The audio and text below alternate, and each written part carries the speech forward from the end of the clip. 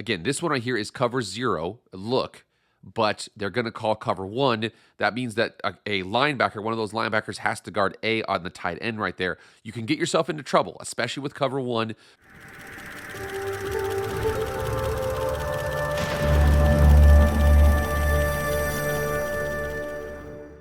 What is up, everybody? It is Jake back with the MF Film Room. Thank you so much for being here. If you want to be up to date on all things EA College Football, hit that red subscribe button, hit the like button, and follow me on Twitter and Instagram. If you like college football content, go subscribe to my other channel, Master Football with Jake Posey. Link is in the description. But enough about all that EA College Football content. Let's go. But as we check ourselves here today, I wanted to make sure I checked in on something because there's a defense out there that has completely taken over. I mean, for sure it's taken over EA College Football in a lot of ways.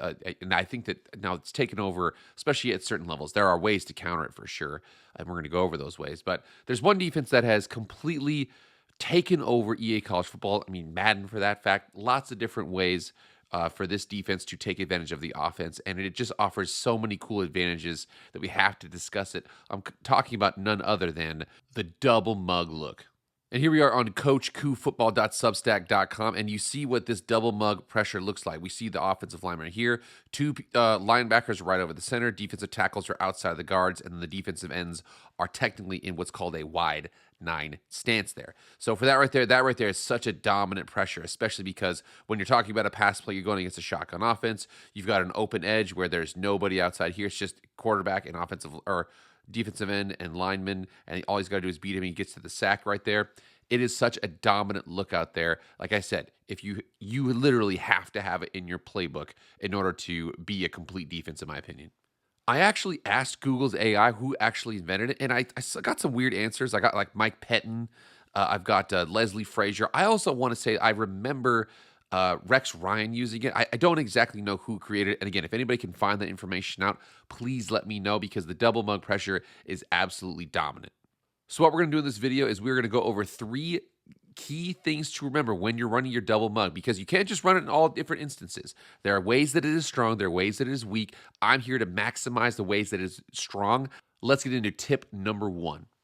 All right, tip number 1 is you don't have to just double A blitz. Now, the great thing about double A blitzing, especially when it comes to like an empty formation, is you're going to get there. The quarterback has to get rid of the ball. I've got a deep running route right here, and if I don't get rid of the ball too soon, I am absolutely going to get absolutely destroyed in terms of pass protection.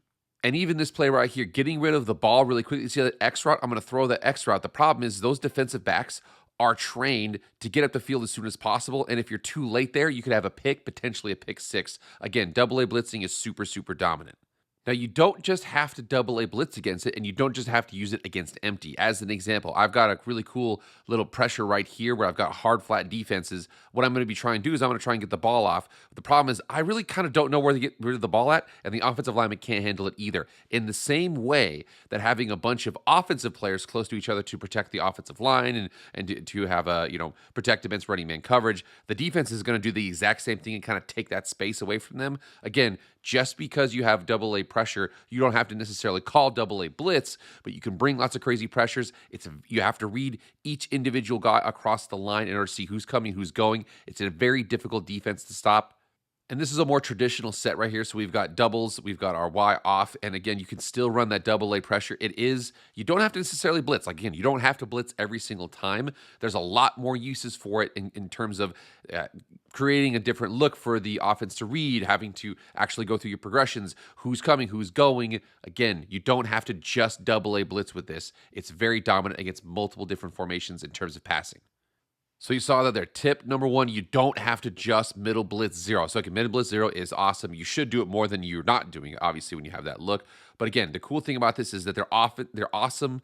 The double A look is awesome against a lot of different offenses. It's really dominant against empty. It's dominant against bunch. It's dominant against traditional sets. It is a little bit more susceptible against the run there. You do have to watch it because if everybody gets blocked up, there's nobody up until the secondary. Basically, if everybody gets blocked up, running back makes one guy miss, it is a touchdown. You really have to watch out for that. All right, tip number 2 is you have to understand how to use your rogue defender. So what I mean by your rogue defender is this guy right here, this free safety. You see the fact that this is a double mug pressure, so we are bringing a double mug pressure. But you have to understand that this guy right here, his responsibility is to guard the running back. So the problem is if this running back stays into block, he doesn't really have an assignment. So one thing to watch out for here is that you see the fact, I've called this play right here. So this play, what's going to happen is the tight end is staying into block on this play. So all I want you to do is I want you to concentrate on this defender right here, what his job is going to be. You'll remember that in any level of football, from Pop Warner to high school to college to even pros, every single defensive back will tell you, if you don't know what to do, get your butt back. So what we're going to do is we're going to watch and see what happens on this play. My guess is that defensive back is going to get his butt back on this play. So that right there, he's going to go ahead and drop deep. They throw the curl. But remember, that safety had no assignment. His guy stayed into block. He gets his butt back. So again, we're in a scenario where we're going to check our running back and see what happens here. But if our running back stays into block, we've got a couple options. One, we can play the ball deep. We can go ahead and just drop deep, make sure nobody beats us deep. Two, we can kind of play more of a hook zone where we're playing over the middle here. We're kind of patrolling this middle here, making sure that nothing happens. Maybe they have a really good receiver over here. We want to go ahead and double him. But I'm going to show you another option here that you're going to really like. It's called the check blitz. Now, what a check blitz is basically I'm going to sneak up here. I am blitzing. I know I'm blitzing. What I want to do is I want to either occupy an offensive lineman or come up here. If the running back takes off, I follow him really, really quickly here. Basically, my job, if the running back stays in the block, I need to occupy one of those blocks because we still will outman the pass protection. Because right now, they're going to have 6 people in pass protection. If I blitz with my double A, we're going to have 7 people rushing the passer there. So what I want to do here is wait and see what happens here. Check my running back. My running back stays in the block. I'm going to go ahead and rush. And we want to get in there really quickly. They were able to get the ball off, but again, that's your assignment there, where you're trying to get to the point to where you want to occupy somebody. I've even seen some people, they literally play like almost like a triple mug where they'll play right over the center. They'll go ahead and just see how this happens here.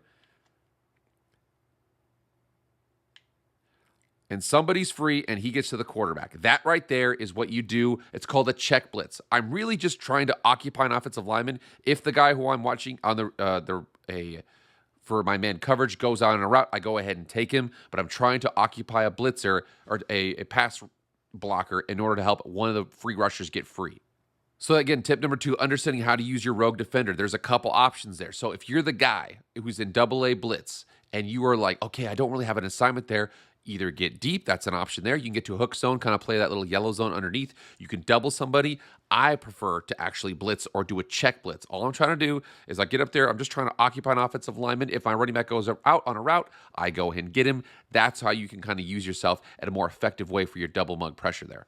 And last but not least, tip number 3 is understand how to use shells. So the cool thing about the double mug pressure is that it creates such a problem for the offense that you have to address it. So I've got an empty look right here. I'm going to go ahead and call quick slants because I already know they're double mug pressuring and we're going to be able to throw the ball right behind the back. However, they immediately drop out. I throw the ball and I get my receiver absolutely murdered.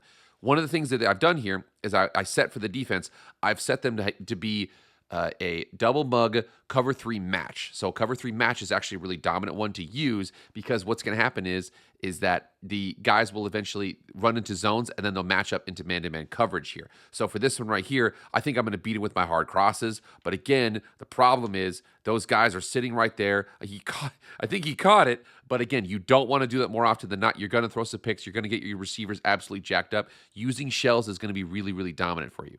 Especially if you're really, really good at using double mug pressure, put one of these in there and some guy who's just going to completely freak out because you're going to give him a look he's completely unprepared for. It's a really dominant thing to do. Now, you need to be careful with your shells, especially in cover 0, because, again, this one right here is cover 0, look, but they're going to call cover 1. That means that a linebacker, one of those linebackers, has to guard A on the tight end right there. You can get yourself into trouble, especially with cover 1, so be careful. I really like cover 3 match just because they're going to eventually match up into matchup zones there. So show the cover 0 look, cover 3 match behind it, because sometimes, again, if you call cover 0, this right here is going to be a difficult route for him to cover. He has so far to go, easy 25 yards just because you had the wrong shell out there. So like I said, use your shells, but be careful there. So cover 3 match gives some safety from jacked up shell coverages. So the problem with shell coverage is sometimes it'll be cover 2 and a corner will be supposed to be way over there. A DB will be supposed to be way over there. It just kind of gets jacked up. Cover 3 match gives you the protection of the fact that eventually they're going to get into a matchup zone. You're going to be okay there. I said, Use cover one with a shell at your peril. It has an issue, especially when it comes to like a tight end running an out-breaking route from the inside. Even if he's on the line of scrimmage, it's a difficult play for the linebacker to make. But again, those are 3 tips you can use in order to improve your double mug usage.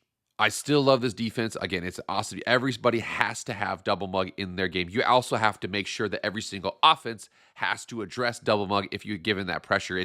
I have one friend, he's got in a video before, he has a guy with platinum quick jump. He is dominant off the edge there. He's usually a free rusher. He's got like 30 sacks in 20 games. It's very, very dominant. You have to address it. If you don't address it, you're going to get jacked up. So make sure you do that. But you guys get in the comments. Let me know what other tips you like with your double mug. Get in the comments and let everybody know. Also, remember to please like, share, comment, subscribe. Do all that stuff. I really appreciate it. That's it for me, guys. I'll see you guys later. I am out.